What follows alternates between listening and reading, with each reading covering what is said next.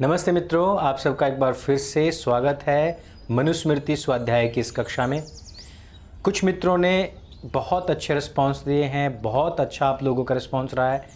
कुछ मित्रों ने ये कहा है कि जैसे ही आपने मनुस्मृति स्वाध्याय को शुरू किया है वैसे ही इसके खिलाफ भी प्रोपेगेंडा शुरू कर दिया गया है।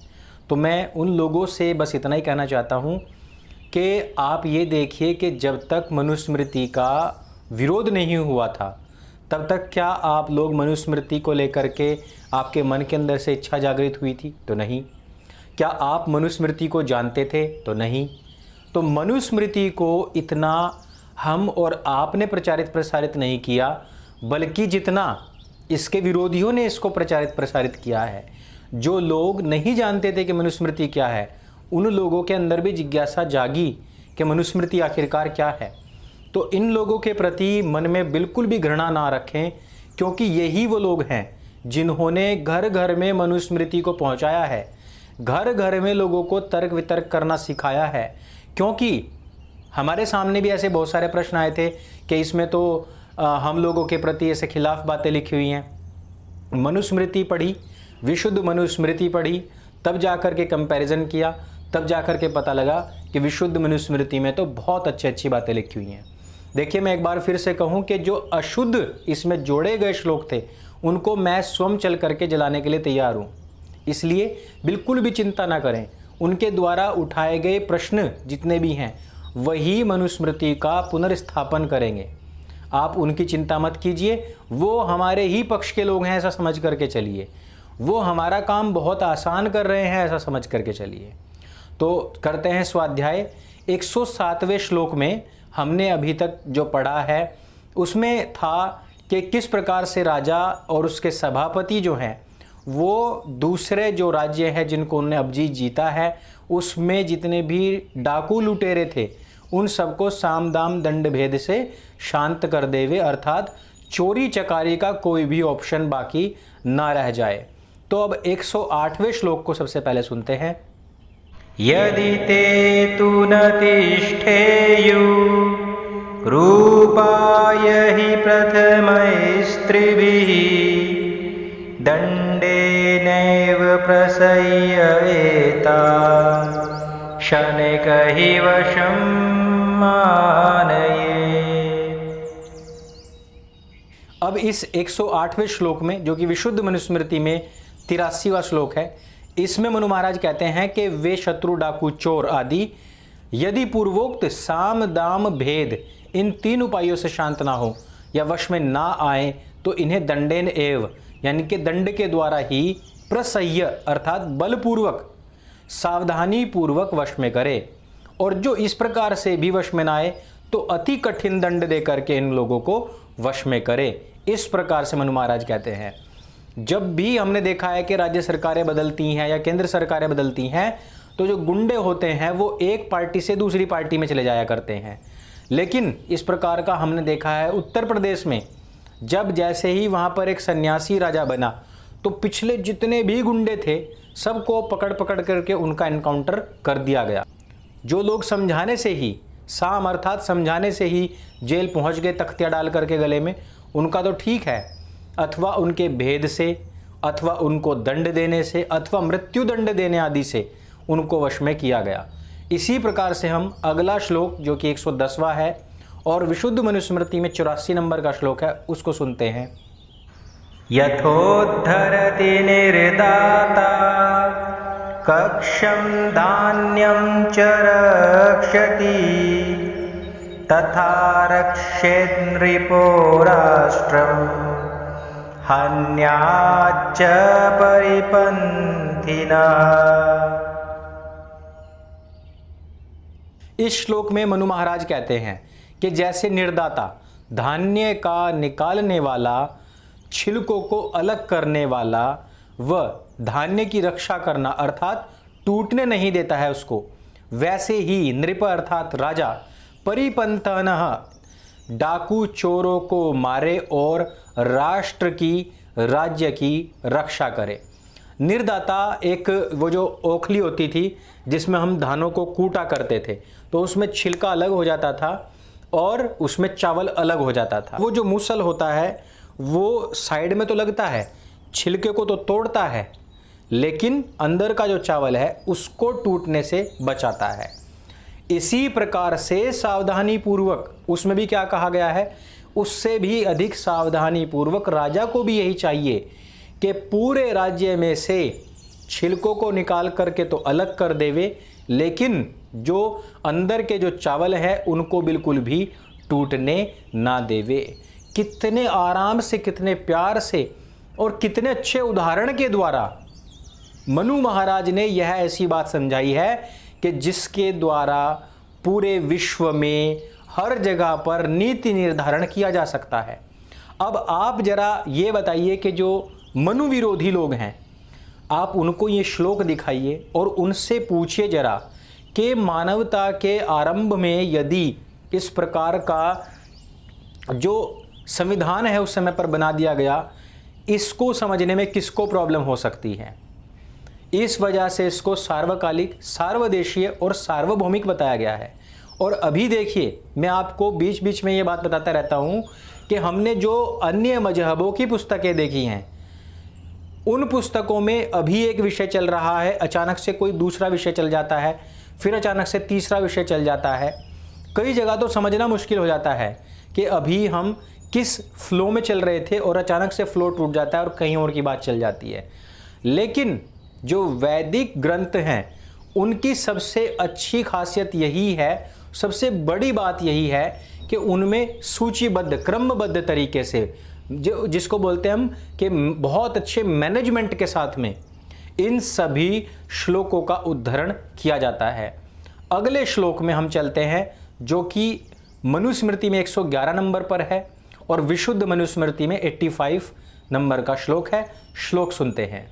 मोहाद्राजा स्वराष्ट्रम यह कर्ष्यति अन्वेक्षया सोचिरात् भ्रश्यते राजा जीविताच्च स बान्धवः। अब इस श्लोक में कितनी अच्छी बात कही गई है। जो राजा मोह से, अविचार से अपने राज्य को दुर्बल करता है, वह राज्य से और बंधु बांधव सहित जीने से पूर्व ही शीघ्र ही नष्ट भ्रष्ट हो जाता है। अब मोहात अनवेक्षया, यानी कि जो मोह में रहते हुए, अपने परिवार के मोह में हो या किसी अलग किसी भी चीज के मोह में आ जाए, मोह होते ही राजा के और अविचार से, यानी कि कोई प्लानिंग ही ना हो जिस राजा की, जिसका मोह हो और जिसकी कोई प्लानिंग ना हो, ऐसे जो राजा होते हैं वो स्वयं तो नष्ट होते ही होते हैं, राज्य को भी दुर्बल करते हैं और साथ ही साथ अपने बंधु बांधव सहित जीने से पूर्व ही, अर्थात आयु पूरी करने से पूर्व ही शीघ्र ही नष्ट और भ्रष्ट हो जाते हैं।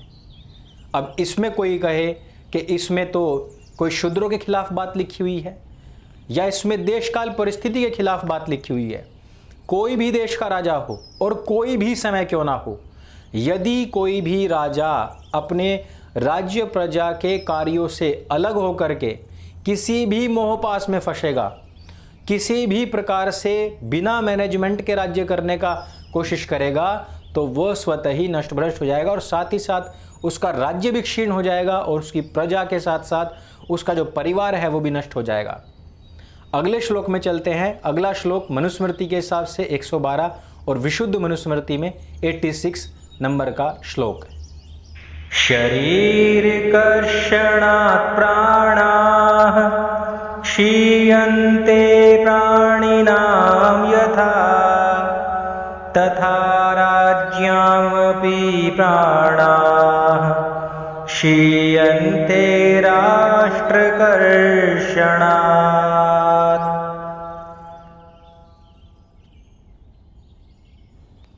इस श्लोक में कहा गया है यथा, यानी कि जैसे प्राणी नाम प्राणाः, प्राणियों के प्राण शरीरों को कृषित करने से क्षीण हो जाते हैं, वैसे ही प्रजाओं को दुर्बल करने से राजाओं के प्राण अर्थात बल आदि बंधु बांधव सहित नष्ट हो जाते हैं। अब देखिए उदाहरण, वो जो प्रत्येक मनुष्य कहीं पर भी खड़ा हुआ क्यों ना हो, उसको वहीं पर वो तुरंत के तुरंत एक्सेप्ट हो जाए। अब आप कहीं रोम की बात उठाएंगे, कहावतें इस प्रकार की बनी हुई हैं, तो उन चीज़ों को भारत में बैठा हुआ या गांव में बैठा हुआ कोई व्यक्ति आराम से नहीं समझ पाएगा। बहुत आसान भाषा में लिखा हुआ है कि प्राणियों के प्राण शरीरों को क्रशित करने से, जब हम शरीर को कमज़ोर कर देते हैं तो क्या होता है, प्राणियों के प्राण भी क्षीण हो जाते हैं। वैसे ही यह जो प्रजा है, ये पूरी की पूरी प्रजा एक शरीर के रूप में है, और जो राजाओं का जो प्राण है अर्थात उनका जो बल है, वो सारे के सारे कमज़ोर होने शुरू हो जाते हैं यदि हम प्रजाओं के ऊपर कोई ज़बरदस्ती करें या उनको दुर्बल करें, उनको जो हमें सुख सुविधाएं देनी है वो ना दें, या उनके ऊपर अत्यधिक टैक्स थोप दें। ये सारे के सारी जो चीज़ें हैं, ये स्वयं उस राष्ट्र को भी नष्ट कर देती हैं। अब देखिए राष्ट्रकर्षण से अभिप्राय क्या है, इस बात को भी समझ लेते हैं। राष्ट्रकर्षण से अभिप्राय यह है कि डाकू लुटेरों के द्वारा या स्वयं राजा द्वारा अन्य प्रजाजनों अथवा राजपुरुषों द्वारा किसी भी प्रकार से जो प्रजा का शोषण उत्पीड़न होता है उसको राष्ट्रकर्षण कहते हैं।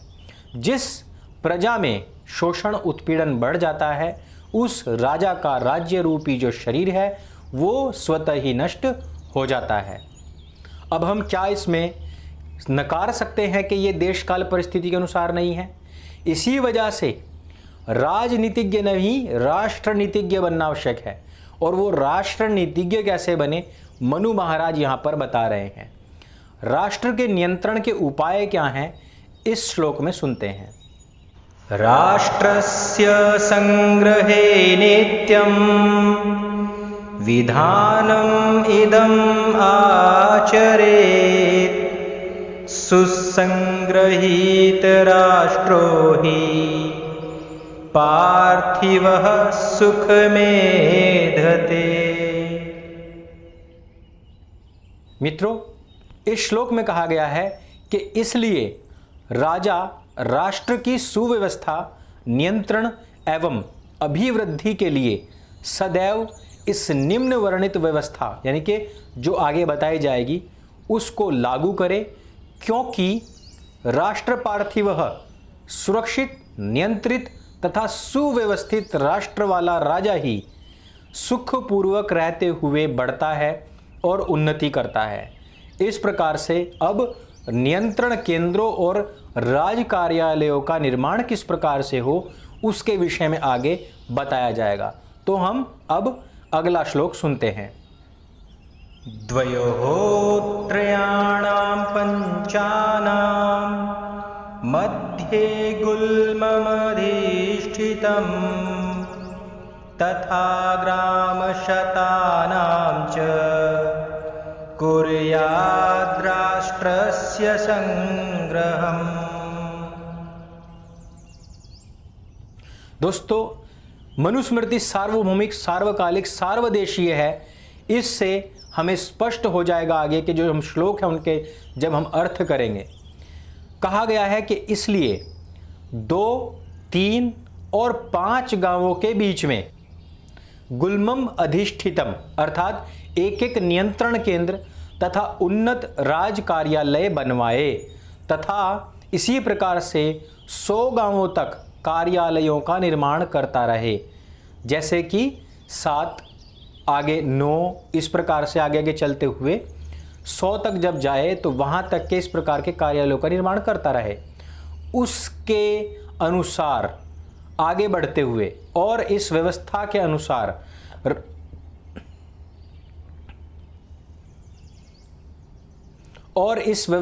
अनुसार राष्ट्रस्य संग्रहम् कुर्यात्, राष्ट्र को सुव्यवस्थित, सुरक्षित एवं वशीभूत रखे। इसलिए 2, 3, 5 और 100 गांव के बीच में एक राजस्थान रख के इसमें यथा योग्य भृत्य, कामदार और राजपुरुषों को रख करके सब राज्यों के कार्यों को पूर्ण करे।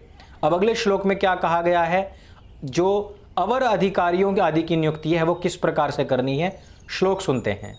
ग्रामस्य अधिपतिं कुर्यात् 10 ग्रामपतिं तथा 20 शतेशं च सहस्त्रपतिमेव